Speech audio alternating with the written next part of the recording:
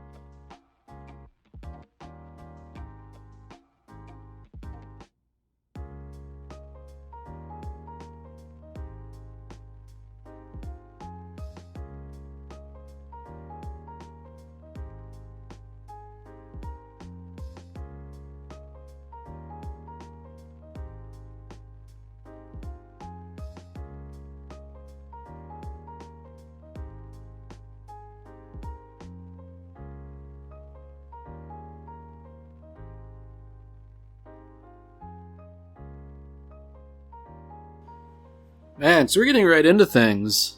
You know, that's a rather effective way to establish that things are getting out of hand, to have envy leaping at you.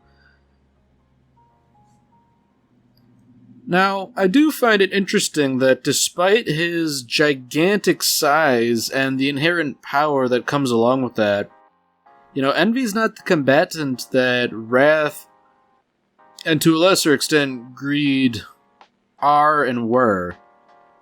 You know, I feel like the big thing that Envy has on his side is that he's so absolutely monstrous. I mean, now that Ed's getting, right up and personal with him, it's very clear that all these souls are wailing and crying and begging for death. In a rather horrific kind of way, I guess. I'm struggling to find, an appropriate word for it. I mean, Ling isn't especially affected by this. You know, he's just sort of assuming that because Envy's a monster, this must be a trick. And you know what? That's not a bad assumption. In fact, that's probably the right assumption if you want to get through this alive. Unfortunately, based on what we know, Ed is probably correct here.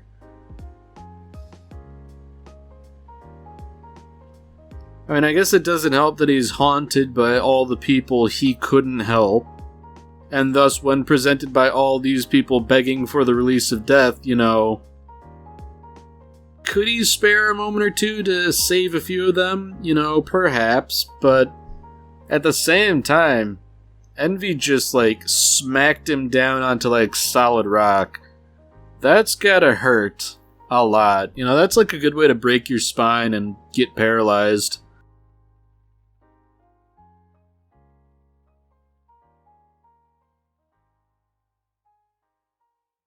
Man, everything about Envy is just made up of all these trapped souls. Like, the tongue, or what passes for a tongue, is just, runny liquid flesh. That is just gross, gross, gross. I mean, I guess the worst part is that Envy isn't even the most egregious example of body horror that I can think of off the top of my head, but, it's the 3D CG that I think really makes it gross and uncanny.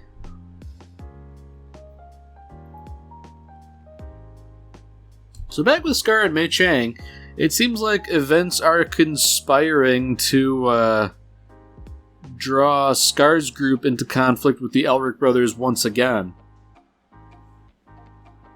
So, from Scar's perspective, things are very interesting here, because Gluttony was a mutual enemy between the Elric brothers and himself, but now Gluttony's on, presumably speaking terms with Alphonse. So, if nothing else, this should set off alarm bells in his head. What's going on here? Because last time, somebody stuffed a grenade in Gluttony's mouth and, blew his entire upper torso off. Why are they being nice to him? Or at least cordial to him now? Something doesn't add up here. And I do find it interesting that Mei Chang, with her, I guess, attunement to how things are naturally, where Alphonse has just descended into is sort of like the epicenter of why Amestris feels weird.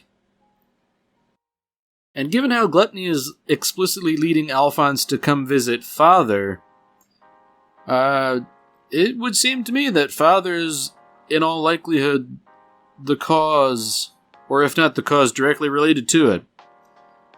I've also noticed that Alphonse is not in a good state here. He's only got one hand, so I don't know, given that he's a suit of armor, could he still sort of, clap his one good hand onto the severed wrist to create an alchemical circle? Is he just...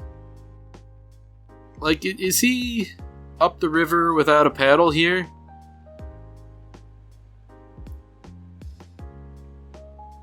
Man, these sewers are a really dismal place if there are all sorts of monsters lying in wait to devour anyone who wanders in, but the only reason they aren't doing anything is because Gluttony's there. I mean, it's not like... I guess for Alphonse it's not that bad compared to what it would be for a normal person getting torn to pieces, presumably. But it's still a bit of a worrying prospect. Now, speaking of worrying prospects, Edward has been swallowed alive. So, I mean, there's a bit of a silver lining in that he seems to have come into direct contact with the Philosopher's Stone. One has to wonder about Envy's physiology that, merely swallowing someone would bring them to this vital core. If a person were to swallow, anything really, it wouldn't go directly to the heart. So I have to wonder if, maybe Father's, slacking off on studying anatomy. I mean, perhaps it doesn't make a difference for Envy. I do find it interesting that Edward is saying, I've found a way out of here, and that's sort of what gets everyone to stop fighting, rather than actually forcing anyone to submit. Man, now that we're actually seeing those creatures, they are pretty horrific. They're these horrific, chimeras, I guess. Animal-human hybrids, animal-animal hybrids. There's even, a three-headed dog, ancient Greek legend. Cerberus, the guardian of the underworld and all that. I mean, in this instance, having three heads didn't seem to do him much good. He died just as easily as any of the others. I mean, it really seems like the only real advantage they have against someone like Scar is that they have superior numbers.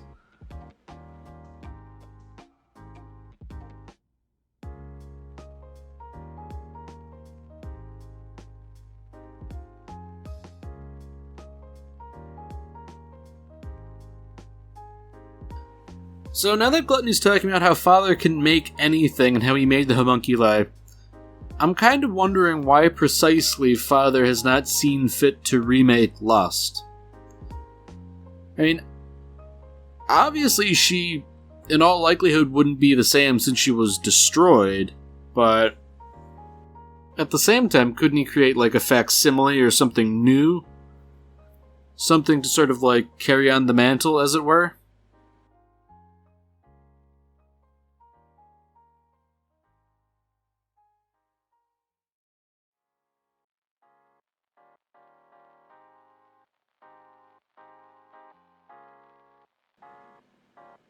So this is interesting here. It would seem as though Bradley was raised from infancy to sort of be the leader of Amestris. But, it's not clear that he was a homunculus originally, seeing as how he was an infant and in his, growing up in this series of flashbacks.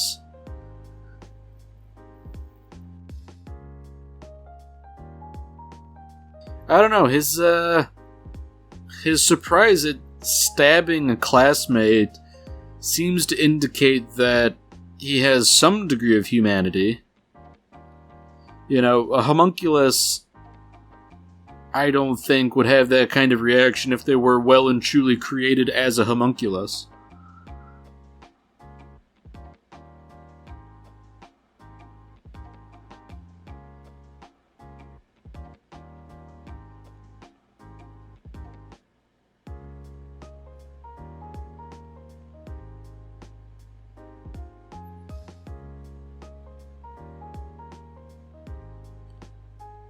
Alright, so it seems like this right here is the genesis of Wrath. In a weird sort of way, Wrath is sort of like an artificial homunculus. An artificial human, weird though it sounds. He was a homunculus formed from the base of an actual human, as opposed to, presumably Gluttony and the others who are created whole cloth.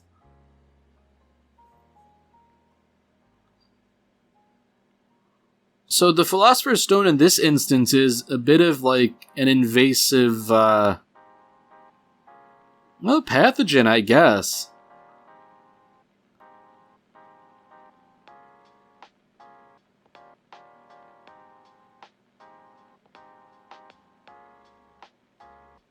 So I guess this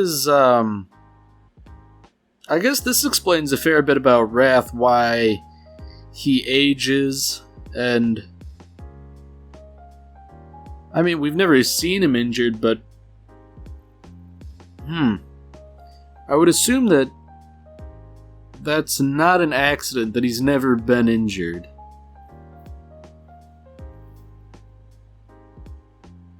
He himself says that he only has one soul, so presumably he doesn't have all those insane regenerative powers the others have, and therefore he has to be a bit more cautious about getting wounded.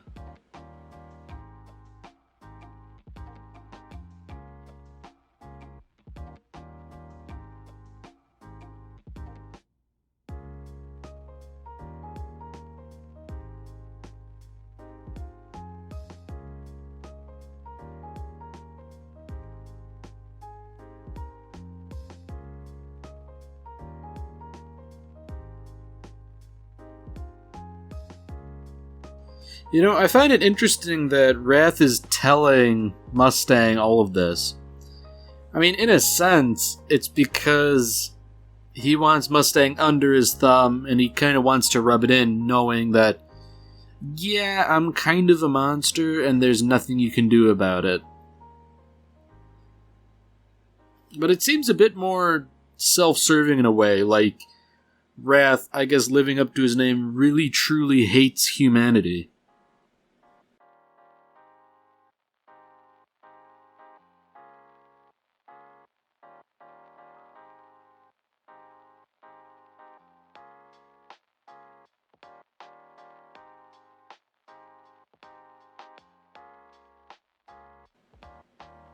Oh dear.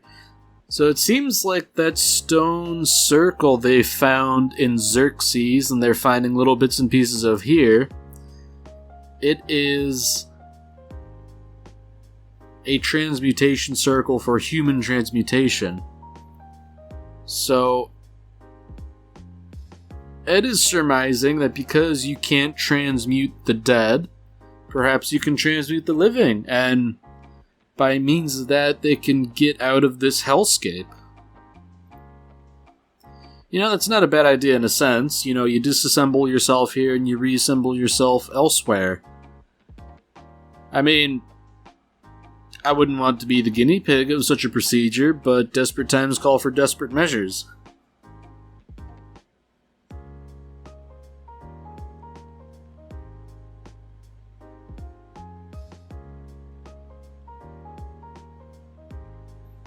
So Edward's doing a pretty good job selling things here. You know, he's managed to convince Envy and Ling to jump through the portal first, with the understanding that if things go wrong, he'll be the one affected by the failed transmutation.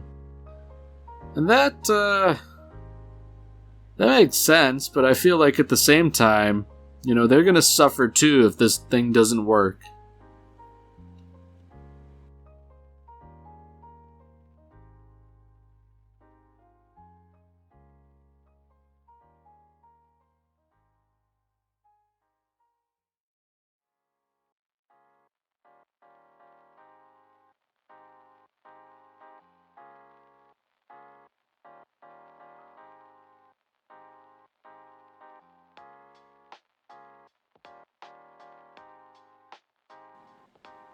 Alright, so Ed is sort of deciphering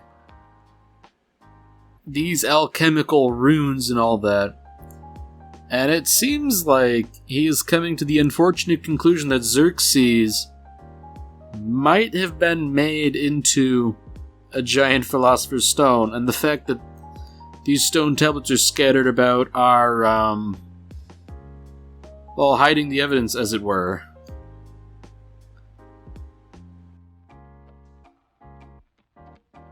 It is rather unfortunate that it does seem that Edward is correct. You know, that's a pretty horrific thing to do to a country. I mean, how many lives are there in a country? And to snuff them out all at once is a rather hectic thing to do.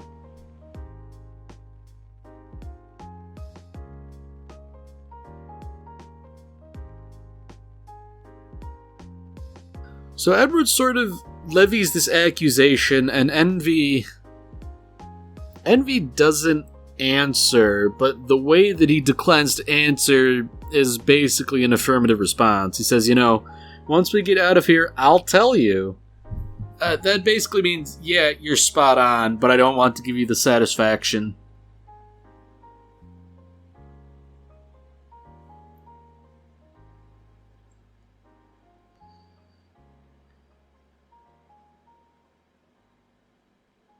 Man, that is rather horrific.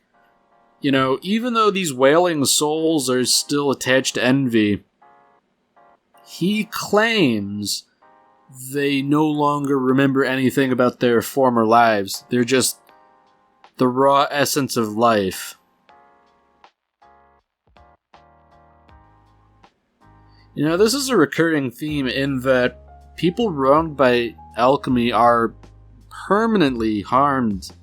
You know, there's no way to fix the problem. Like, these trapped souls, like, they couldn't be returned to a normal life. Man, like, there is no good solution.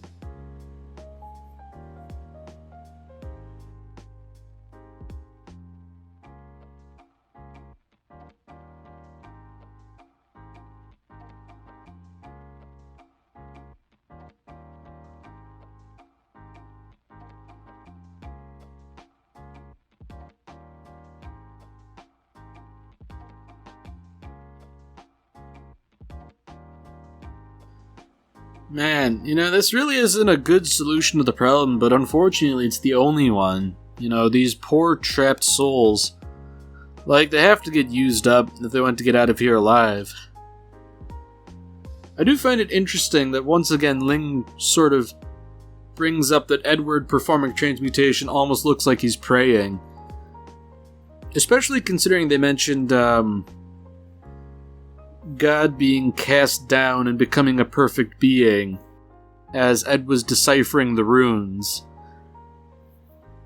Now, things are sort of entering like religious grounds here in a weird sort of way. But in the sense that, you know, there are things beyond man that they should not mess around with, and doing so only results in catastrophe. And it seems like this is one of those things. I mean, this is an interesting application of human transmutation in that rather than transgressing against God per se, they're sort of using it as transportation.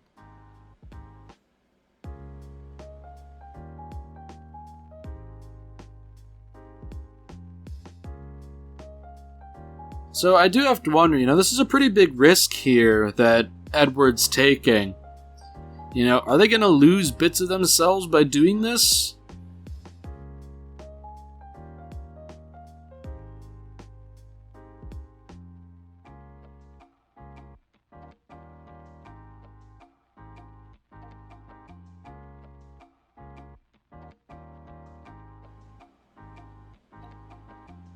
Alright, so once again, Ed finds himself chilling with the truth.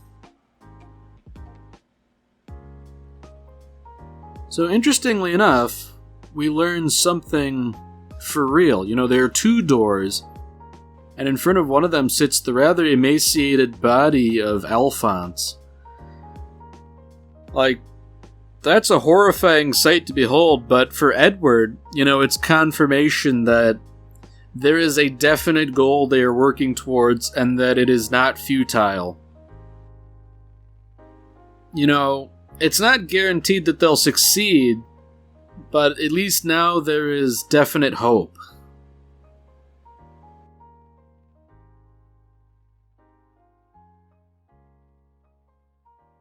So I do find it interesting that the body is animate and speaks with Alphonse's voice, even though it's really just the truth. It certainly makes it a little bit more unsettling.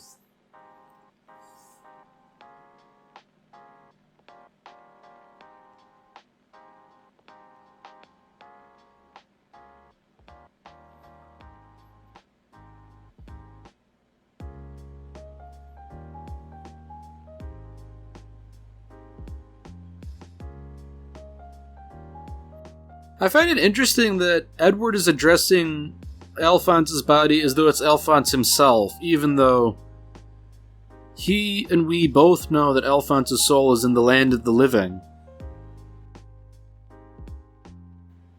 It's probably just a quirk of the writing, I'd imagine.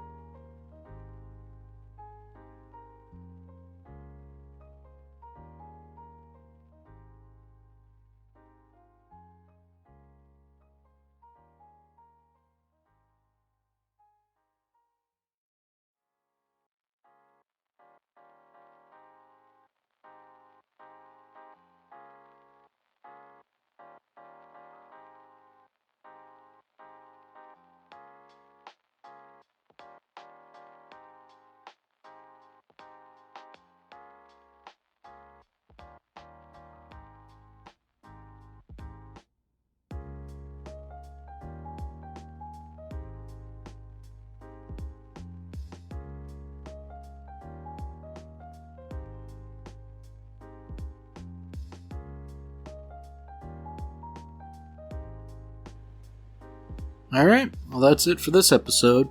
If you've enjoyed it, then by all means, tune in for the next one.